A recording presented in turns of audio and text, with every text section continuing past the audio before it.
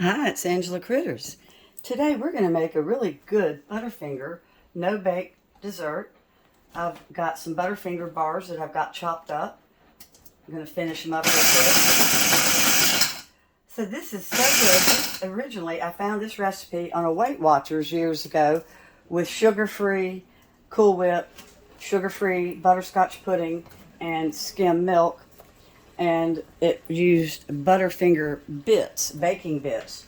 Well, I couldn't find any. They're hard to find these days. So instead, you're supposed to use 1 cup of Butterfingers. Well, if you're not watching your sugar, you can use more. And I am making this dessert to send to someone else that loves sugar and loves Butterfingers. So I am using 1.5 cups of Butterfingers. I went ahead and used a bag plus 1 box. It's going to have some Cool Whip in it.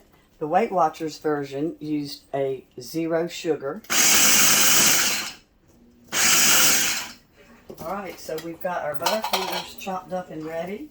And we're just going to layer the ingredients in this pan right here.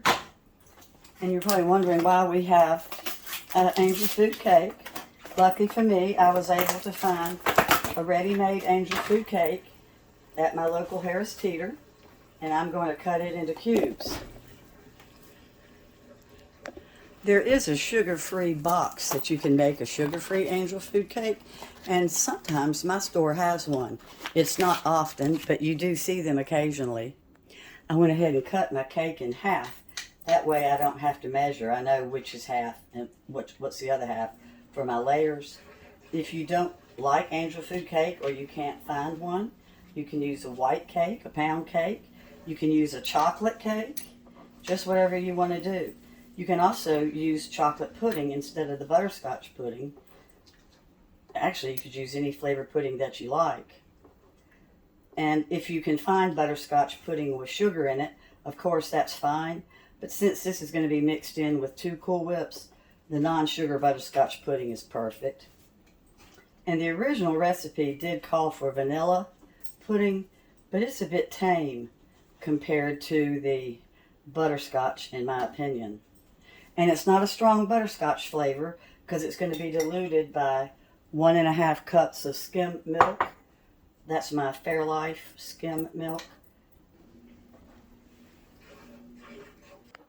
Alright, so I've got my 1 layer of my little cubed up angel food cake in the bottom of my pan.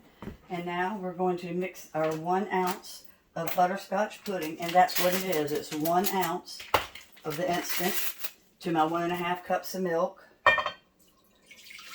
If you can't drink regular milk, you could use soy or coconut milk, whatever you got on hand. And I'm just going to mix this up by hand just until my pudding starts to get thick. So it's not going to take it long. Alright, I am just now starting to get thick, so I'm going to fold in both containers of Cool Whip. The recipe says to use the 2 containers of Cool Whip because you cannot find the sugar-free in anything but an 8 ounce. But of course you can use an 8 ounce Cool Whip. I mean a 16 ounce if that's what you have.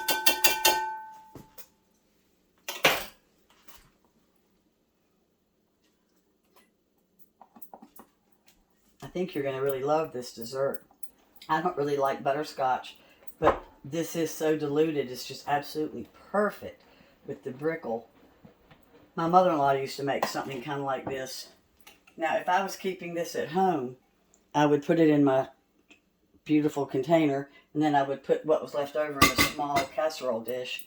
So I'm just folding this in. I'm not beating in the Cool Whip, and I'm putting in both containers. Alright, so we've got our fluff mixed up, and we're going to put half of the fluff over the cubes. And the cubes, I pushed down to make sure they were flat. You don't want them sticking up. And my dish is a little tiny bit bigger than a 9x13. Somebody borrowed my 9x13 and I didn't get it back yet, so yours would be a little bit closer together. Or you can even put it in a big glass bowl like this and layer it like you do banana pudding. Just whatever you want. I always say make a dish your own. So we're going to spread this across evenly, and then we're going to pat it down too. and make it kind of smooth. And then on top of this is going to go our Butterfinger candy that we crunched up. Oh, and since I was using the candy bars, I put it in the refrigerator and I let it get cold first. That way the chocolate didn't stick to my chopper. All right, here comes the best part. You'll see I used my spatula and I smoothed it over the cake cubes. And now I'm going to sprinkle half of this wonderful, sinfully delicious Butterfinger candy all across the top. Okay, so we're going to repeat. Just like we do with the banana pudding, I'm going back with my bottom layer again, and I'm going to put my cake cubes across the top. Tap it down. So I kind of dab the fluff. That way it's not, because it was fine when it went over the original layer, there was no brickle. But now that we've got the brickle, the cake is wanting to stick to the fluff. So I've dropped spoonfuls all across, and then I'm just going back and just kind of swirling and dabbing to make sure that my cake stays on top of that brickle. Because you want to try to keep your layers separated, or there wouldn't be any point in going to the trouble of making the layers.